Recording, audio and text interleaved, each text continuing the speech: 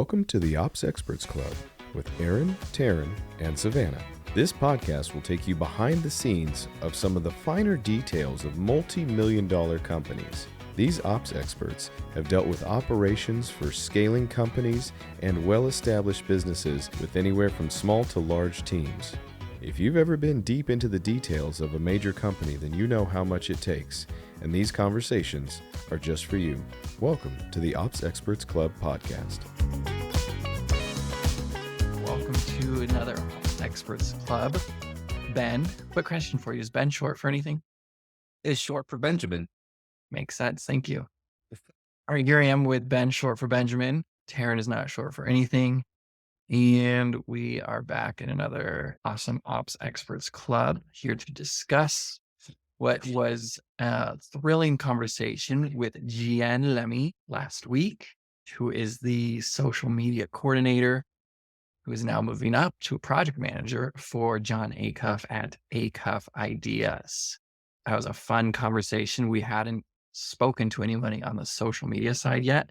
We don't work a lot with social media people, so it was really cool to hear some of the things he was talking about. What do you think, Ben? Yeah, I think it was hilarious how much he talked about. I'm just a college tennis coach. But I'm the one thing I did get to ask him, which I was curious about, is what got him started down the social media path, like on while he was still coaching, was like, why did he start his own podcast and Instagram reels and all that sort of stuff? Because was it a hobby or was he looking to start his own thing? I wish I could have asked him that because that was really interesting. Mm-hmm. Yeah, you can send him an email if you want. I know that answer. I just came in. I just promised Taryn I wouldn't come in hot anymore. But I've got that answer. Hey, good to see everybody. Ops Experts Club. I love seeing everyone. So Gian started doing it just as modeling after other people. He had seen that we're doing something. He just wanted to try something new and try to get out there. And it started as something that was like little tips and tricks to help with this or help with that. And then it actually became a thing, but he really was, I felt like he was really modest about it on the show, but he really modeled a lot of what he was doing after John. He had been watching John for a long time, following John for a long time, impressed with John for a long time. And John's whole thing is all about goals, setting goals for yourself. He's got a book called Finish. It's about finishing what you start. John, of all the people, of all the visionaries that we serve, I feel like is the most dialed in dude that I know. You know what I mean? He'll come into challenges and he's written everything out for all the content for all the days of the challenge. You know what I mean? Handwritten. So it's like 26 pages of voluminous. He's just a writer. He's an author. You know what I mean? So that's what he does really well. That's his craft. And I think that Gian really keyed into some of that and it really inspired him to take to the next level, which is crazy because that's actually why in the middle of that whole recruiting program, as we were meeting with interviewing all these people for Gian's role, he stood out like such a sore thumb because he actually had been imitating John for a long time. And so he was already speaking the language in his own life. So it made the translation really easy to think about, well, who's going to kill it? That guy who's actually been doing it on his own, and he really has. He's taken it to the next level, just practice. It's really funny to think that he didn't realize he was creating his own resume when he was just doing something for. Didn't realize that for years he'd been building up a resume to get a job for the guy that he really likes. I'll tell you this. So I was on the call when his name came up, right? Because we had the recruiting project going. You had to find this replacement. John's the gal who was doing Gian's role was taking another full-time job someplace else. She'd been doing a part-time for John. She was taking a full-time gig. She's an amazing lady. Her name's MC. Incredible what she does, but she was passing on those duties, sort of trying to fill this role. And we had been interviewing a bunch of people. And so Gian's name kind of got thrown out there as a last minute ringer of suggestions. And it was, Ashley was like, hey, what about that guy that gave you a ride? That was that tennis coach. It was this total random thought of Ashley's that threw into the pot. And it's just crazy to watch the origin of something that Gian had made such a big impact on John in a car ride as he was giving him tours around Liberty or whatever before he spoke on stage or however that all worked out, whatever the event was. I think that it's just crazy how things come together of be the person who's going to inspire other people, even in the seemingly low bar things. Like Gian said, if they would have been hired for a janitor, I think I would have applied for that.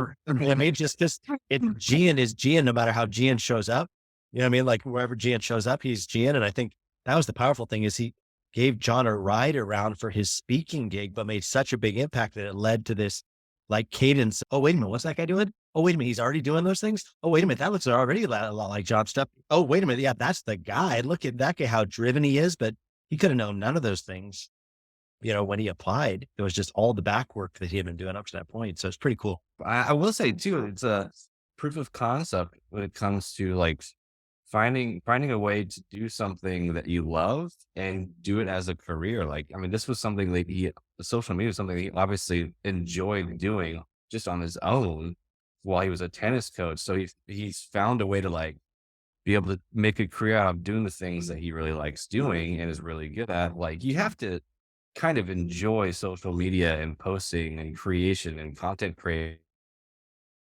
Like, it's going to show your work. So he found a way to do what he really enjoys. And then all of a sudden he's got a career out of it now by just being consistent and doing something he likes. That was, I love, that's the reel that Jesh pulled to. I don't know if you guys saw the reel that Jesh pulled that we dropped for this morning for promoting Ops Experts Club today. But that was actually the reel that he pulled on. So many people get stuck into doing what they think they always have to do. And you see 80-year-old tennis coaches out there because they feel like that's all that they knew how to do, instead of like recalibrating and reconsidering. And don't tell yourself you can't. And I think, sideline conversation, John had reached out to me and said, hey, we need to probably start thinking about hiring for a project manager. I think Gian could do really good at this though, don't you? And then maybe we could offset some of his other roles, things that he had been hired into that he already didn't feel qualified to do in doing the things he was doing. And now we're moving him into a totally new thing because of how well he showed up in the last thing. And I think we all know that, right? It's not going to school to get all the right skills. It's not even like everything brushed up on your resume, just perfect. A lot of times it's who you know, how they know you, how you've been showing up for that next big thing you're trying. And I think that challenge by Gian was so good about, don't tell yourself you can't. I mean, like that, you're already self-limiting. So, yeah.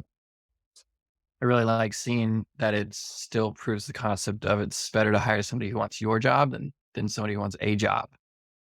Even if he had less experience, he wanted this specific job. He didn't just want a job. He wasn't going to look for a job if it wasn't this one. Yeah. And I think, he had a great gig being the tennis coach at Liberty. Like well-paying gig, had insurance, had benefits, had like future, had all these things. They escalated him there too. Like you shared on the show. Yeah. They escalated him up into that admin role of being over that whole program, which is so powerful just to watch. It wasn't only in John's world. It was the elevation of Gian wanting to be that person, seeing the job he wanted, and not just the job that was vacant, but even just like to your point, Tara, like, how can I backfill? How can John get more time back by not having to think about these things, by passing them down and looking for somebody that's looking to step into next level things? That's the whole origin story for Delegate Elevate too, right? Is we should be looking for opportunities of how we can elevate, and by delegating down so that other people behind us can elevate too, creating opportunities. Yeah. And there's even things he's figured out in his own roles now that he could be delegated. Like he can still be social media manager without actually having to schedule the posts after they've been created. There's still things that could be delegated down. 100%. And I think, half of what we do at the Collab team, and I think you and Ben do an excellent job at this. We come into businesses and we help them with their operations, but we hold a space. We hold a space and SOP out the rules, because the real truth is you can't hand off anything until you've created a standard operating procedure to hand it off, And I think that's the beauty of the thing is, if you're not super happy with everything you're doing right now, the fastest way to get it off your plate is create a standard operating procedure and start looking across the field on how can I offset that. And I think Kimberly from Rainmakers is a great example of that too, where, I know she's hired in a couple of VAs underneath her, even though she really just bills her own time. And it's actually banged down what her hours are that her commitment is necessarily to Rainmaker, but she realizes these shouldn't be my tasks. And we don't necessarily have somebody on the field right now that could do them. But this isn't my highest level of brilliance. And I've been doing this so long, it shouldn't be me anymore, So let me SOP these things out. And then, kudos to Kimberly going out and finding on her own dime somebody that can do them at a lesser rate. And then that way it gives her time back and actually saves the company money. And I think we all should be looking for those things of what is your highest brilliance? What is it that you love most? What is it that makes you feel most alive? We all have parts of our job that we don't like or don't particularly love. Awesome. SOP those ones out. And let's be thinking about how we can get those off of our plate because any employer out there is going to want you achieving your highest level of brilliance. They want best bang for their buck. And if this is what you're really good at, that's where they want you to put in your time, not the mindless stuff that you've been just like holding space with. So I think super good word, team. Yep. Good stuff, Aaron. The other thing we liked about Gian is getting to see like somebody who's evolving in the role. And a lot of these people we've talked to, they all fit into the category of they weren't even really hired for the role they're moving into. Like a lot of them start low and then prove themselves and their commitment and their work ethic and their ability to learn and adapt and travel within the company, different directions. And they get up into higher and higher roles. We're starting to see that with him as well, with his new position. I feel like that's something that you can't always see, right? I think that's a mind shift, like change. I remember when I used to work at the credit union, there was and I was doing project management there. Before I started Collab team, obviously before the origin story of now, like we have 15 players on the Collab team. We're carrying all these powerful clients, like things you could never know, right? I'm working at credit union, project management / construction project management, right? So new buildings, which is not my passion. I don't necessarily love that, but was doing it. And I remember I met with their financial planner within the credit union because they offer this benefit where the credit union would let you meet with one of their people. And so I sat down with him and I really liked him. The guy's name is Andrew Staley. He's a great guy. He's doing financial advising now, I think off on his own in Idaho. But anyway, I remember sitting down with him and we were talking about trajectory. And I was thinking, how much can I really afford? The credit union was doing a matching program. And I'm like, yeah, but bro, I'll be honest. Like, I don't know how much I can even put towards 401k. I've got 4 young kids. Like it's cool if they want to match. How much money can I give? And he said, yeah, but this is the way you got to think about it is it's not going to always be like this, so be thinking about your money-making window is these years to these years. And I would say probably in this next set of years is where you're going to really start rolling into making more dollars out of what you do. So be thinking forward now on how you can load, not only for now, but for future. And I remember sitting there thinking about the time and, when you're in a place, it's hard to visualize yourself in someplace other, because all is what you know around you. You wake up, you feel the same, all of us, put our pants on the same way, one leg and then the other. You know what I'm saying? Like you get into these rhythms and it's like, that's just the life that you know. And it's hard to visualize your life as something else, something other. But thinking back now about that conversation I had with Andrew Staley, some like probably 15 years ago now, it's crazy to think about like where things have become and how things have evolved. But I do think you're right, Taryn, like thinking towards future growth, asking the questions about where do I want to be, not just where am I stuck at now or what does it have to be now, but future growth and future evolution is powerful. Confidence around it too. I think we talk a lot about most ops people say, they have imposter syndrome in the position that they're at, but finding a way to get over that and have the confidence to say, I can do this. I mean, I think just about all the people we've talked to in Ops Experts Clubs have been people who are like, I'll figure it out. I can do that. I can figure it out. It's not like, sorry, I didn't go to university for 4 years to discover that. I don't think I can do that. It's all the same mindset of like, well, I could probably figure that out. Yeah, I could do that. Just give me some time. I'll figure it out and then I'll make it better. It's a totally different mindset versus, yep, I don't think I can do that. I'm probably not the right person for that. You could probably find somebody or something better. Like having that confidence, looking at that future goal saying, I could probably figure that out. It'll take some time, but I'll get there. I'll figure it out and I'll get there. And then once I'm there, I'll be like, I did it. Not to knock university and not to knock college. I think that obviously education and university and all those things, I think that they're a space holder. Personally, I feel like it's the evolution of a person beyond high school where maybe they just need a few more years to really like tighten up. Like, what is it they want? Where is it they want to go? And man, should plug yourself in some place where you can maybe gain some knowledge, see more of the world, do some study abroad, do some things that maybe are going to expand your horizon. But my experience level has shown with most of the people that we recruit for even, but definitely the people that we work for, those aren't necessarily people that have been formally trained in the things that they do. Like that's just not the space we're in, So especially when it comes to operations, maybe if you're doing operations for a hospital, like then, I mean, you probably are going to need some kind of chops to do with something medical. But I think that majority of gigs that we fill for people and see people ascend to Terrence's point of like ascend up the food chain from down lower and just working their way up in it. It's because they've proven themselves to be thinkers. We're doing Jamal Miller, one of our high-level retainers right now, Miller Media Group. and we're recruiting for a position for him. And he wrote a little thing at the beginning about this position that we're recruiting. It actually kicks off today. Drew's kicking it off. In his little intro paragraph, he says, I'm looking for a thinker. I mean, and I thought that such an interesting way to put it. You don't see in most of the recruiting projects we have, put out a job description, people apply, but Jamal took some time to really put some thought into what he's looking for. And he's like, I'm looking for a thinker, somebody who can come alongside of my thoughts, but also bring unique thoughts themselves. And I thought, that's interesting, because then it's not, you're not trying to fill like a widget maker. You know what I mean? I just need you to come and punch out these widgets. You know what I mean? And once you punch out these widgets really well, then you can move up to the next level where you punch out a couple different kinds of widgets. You know what I mean? But it's like, no. I need you to be free thinking on what am I not thinking through right now? Right. Because any visionary that's humble enough to honestly say it out loud, they realize they've only got one brain. You know what I mean? So how can I employ other people's brains to help move the whole forward? And I think that's when you see some really cool, innovative stuff. So I'm excited to see what Jamal's position produces, but it's also cool to see just the trajectory of somebody like a Gian, somebody like a Kimberly, like we've been talking about, where that's not what they were hired for, but because they're innovative, they're actually moving up the food chain pretty quick, which is pretty powerful.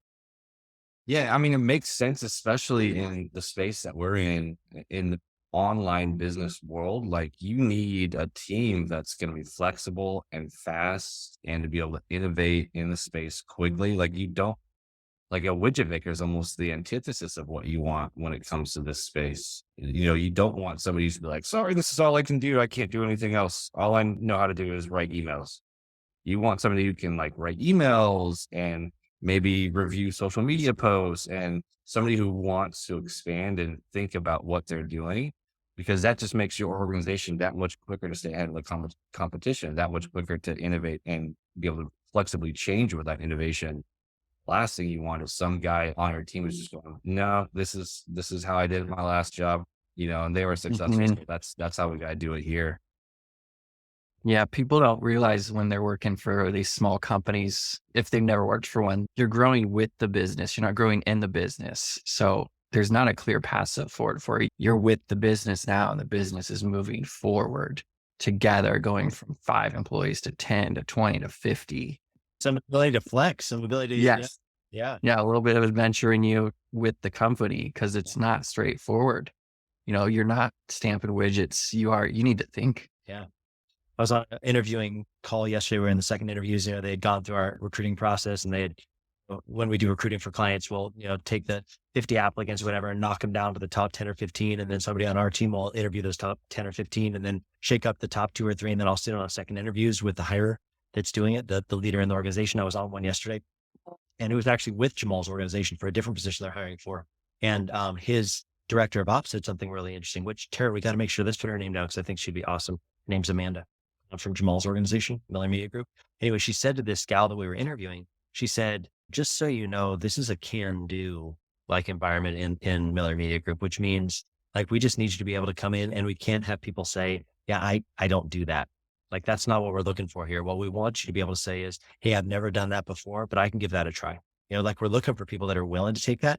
And I think it's something that 3 of us probably take for granted, because all of our origin story was pretty similar when it came to people giving us opportunities that we probably didn't deserve in the first place. Like, I think for you guys, it was with Wes at Roasters, where like you came up as baristas and you came up doing things, and then like more and more responsibility was handed to you in a small to medium sized business that actually grew to a pretty large business, to over 150 employees and 15 locations in a roastery. Like, it became something, but it started small. And I think Wes was the kind of entrepreneur that was like, he didn't want to do all that different kind of work, especially things he wasn't good at. So handed it first to Taryn, and then Taryn, obviously you exited, and that's when we inherited you at the Collab team. Best thing that ever happened to us. And then you handed it down to Ben, and then Ben took on things that probably weren't necessarily things you were formally trained to do, or anybody had necessarily taught you to do. It was just like innate skill set that was cultivated by an entrepreneur over time, and said, hey, I don't want to do this. Go take it and make it work. And then you were thrown into a situation where you're like,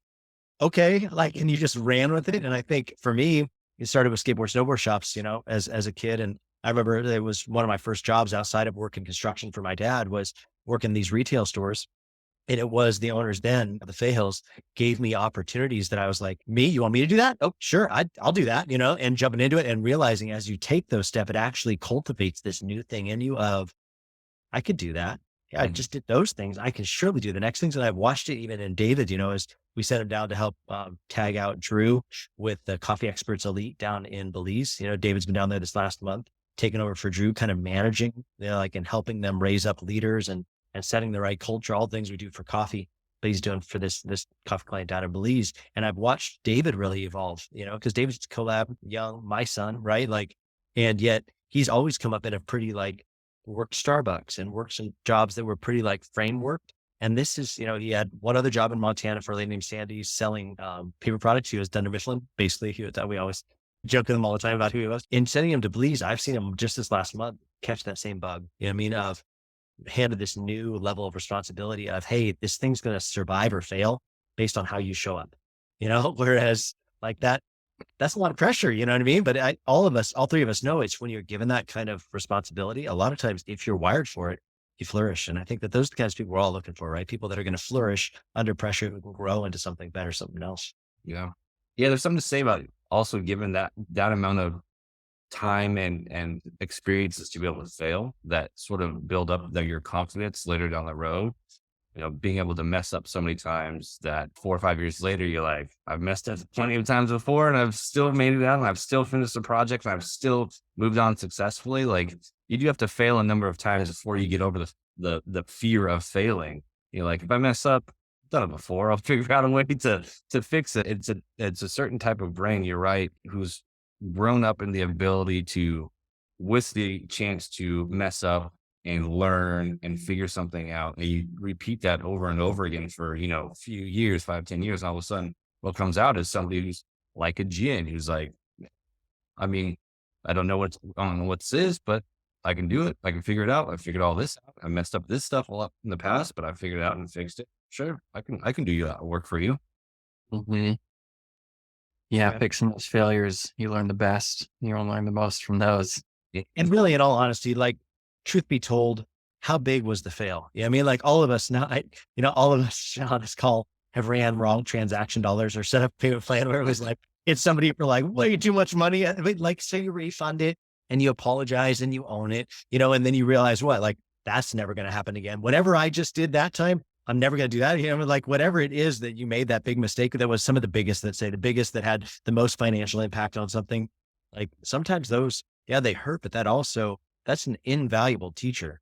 You're never going to learn as well as you learn when something hurts, and you're just yep, not doing that again. And I think that's what helps you to form good decisions in the future, even on things that you walk into new arenas and you're okay, let's look at the lay of the field and make sure I don't step my foot into the wrong trap, because I've been in these fields before and maybe I came in too cocky or too fat in my own ego of what I thought I knew how to do. And I'm going to come in a little bit more tentative this time of, okay, so what else is on the field and what are the variables that I might not know? And how can I think to stay ahead of what are the biggest curves coming at me? And that's always what I'll think about is what's the next thing coming at me fastest, and then how do I need to stay in front of that? And then what are the things that are bigger coming downstream that I need to make sure I at least see the steps to stay in front of it when it comes. Failure is painful, but it's our best teacher. And you could find a way to ask the perfect question in an interview that pulls that character quality out of somebody. You could build a gold mine of a team in a company if you could just always find those people. I don't know, it takes multiple conversations. I'm not a recruiter, but if you could find an easy way to find that in somebody if you're recruiting, that'd be tremendous. So what I always like to ask in interview questions is, it's a 2-part question. What's your greatest superpower? And then what's a vulnerability? What's something you're still working on, and hearing people talk about themselves. I remember him saying that wasn't on my list of questions. I'm so tactical. I'm so just operational. I'm can you do the job? Have you done the job? Are you going to be good at the job? I don't always think out of the box like that, but it was a good push for me into some, hey, let's talk about some character stuff. And it's always interesting because now I use it in every interview I do. It's always something I use in every recruiting opportunity because you learn a lot about people, because the people that lean heavy into telling you their strengths, but don't like talking about their weaknesses, I'm always I'm not sure about you, but the people that will lean into, hey, so here's a vulnerable share. This is the things I've learned. This has been a hard thing and it wasn't easy, but this is what I learned out of it. I always feel like I have more respect for those people that are hey, let me show you something that I've been working on and I'm not perfect at it yet, but I've really grown through this. And so I think there is a lot to be said about people that will just be humble enough to answer the hard questions. And what have you learned? And how are you growing? And especially, how are you going to own failure? Because all of us are going to fail, right? None of us are going to hit it 10 out of 10, so how do you handle failure? And for me, for our team at the Collab team, I think part of our ethos is ownership and follow through, right? That you're going to own something, you're going to follow through. So even if you fail, I just want you to own it. Just tell me that you made a mistake, and then we can all get through this together. But if you try and hide it or couch it or repackage it or like hand it off as something else or blame it on someone else, I feel like that's indicative of a character thing that I'm like, I don't know if I want that in my team long-term, if you can't just own when you make, mistakes. So, I think that shows somebody who's afraid of their failures versus somebody who accepts the fact that they're going to fail and learn from it. If you have somebody who's consistently afraid of their failures, they're going to constantly be in a position where they're trying everything they can do not to fail, which means they're not going to be stretching what they're thinking about. They're not going to be trying to be innovative. They're just going to be like, I can do a widget because I know this widget I don't fail at. The best at making this one thing. If I try anything else, I'll probably fail. That's too scary. But like we said, you want somebody who's going to be a thinker, who's going to be like, how could I change this up? I might fail, but I'm not afraid of that because I'm confident in myself knowing that if I do fail, I'll learn from it. I'll fix it and I'll learn from it and I'll move on. That's the kind of person I think you want in your organization. There's a book from Maxwell I'm looking forward to reading here pretty soon called Sometimes You Win, Sometimes You Learn. So, because you never lose, you just learn. And I will say, like, to the point of, okay, so what are you afraid of in failing? Like, I think asking some of those hard questions about, okay, so what is it, just your ego? Are you afraid of looking dumb? Are you afraid of like, what are you most afraid of in the fail? You know what I mean? Instead of realizing, no, like Tara just said, it's a learning. Like, this is my opportunity to learn, is when something fails, I'm going to make it better. I think that's a really good perspective to look at it. Is you learn nothing from being right. Learn how to be an ass is what you learn how to be, right? Because, and none of us like those guys who just like always feel like they're right. Nobody likes that. Tell me about the hard things and tell me what you learned out of it, because that's going to save me pain on my own. Mm-hmm. I think the danger for a widget maker is, what about when they change the widget? What about when that becomes, retired? What happens when, that they're not delivering mail on horseback anymore? No, actually they found a faster mode now. So if that's all you ever knew how to do, like, what I always think about the evolution of things. I mean, so what happens when they move away from like everything had to come up river on a steamboat? Oh, no, they actually found out they can use trains now. Like all like the change of technology is, especially for us, it comes so much faster. It's not like that to like 50 years, 100 years. But our era changes so fast. Don't be a widget maker, be a free thinker, and be willing to fail and be willing to learn. I think that Gian was a great example of that. And I think he's done so well for himself. So congratulations to Gian. Amazing. And John Acuff's organization. And we'll see you next week. You too. Thank you for tuning in to the Ops Experts Club podcast. New episodes available every week on Spotify, iTunes, and everywhere you listen to podcasts.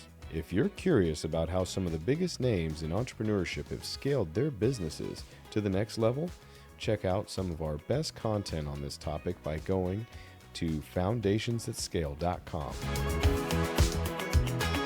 You can find the link in our bio and do your part to improve as an ops expert.